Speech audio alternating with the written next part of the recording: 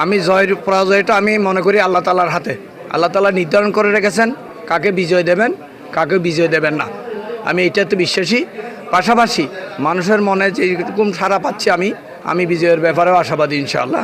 আমি এরপরেও চাই আমাদের দেশে জয় পরাজয় তো একটা থাকবেই, একজন বিজয়ী হবে আরেকজন পরাজিত হবে।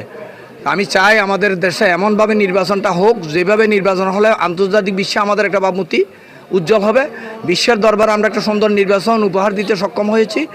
আমি আমার নেতাকর্মীদেরকে এই নির্দেশনা দিয়েছি যাতে ধৈর্যের ভিত্তিতে কোনো রকমের অসুন্দর পরিবেশ না করে, সুন্দর পরিবেশে একটা সুন্দর নির্বাচন যাতে আমরা বাংলাদেশে সংগঠিত হয়েছে এই মেসেজটা যাতে আমাদের দেশে এবং বিদেশে আমরা পৌঁছাতে পারি, সেই বিষয়টাকে আমি অগ্রাধিকার দিচ্ছি।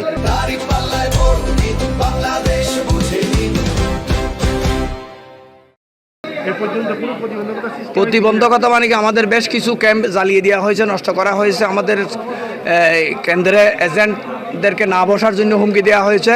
এটা ভালো লক্ষণ নয়, এটা সুষ্ঠু গণতান্ত্রিক ধারা পরিচয় বহন করে না।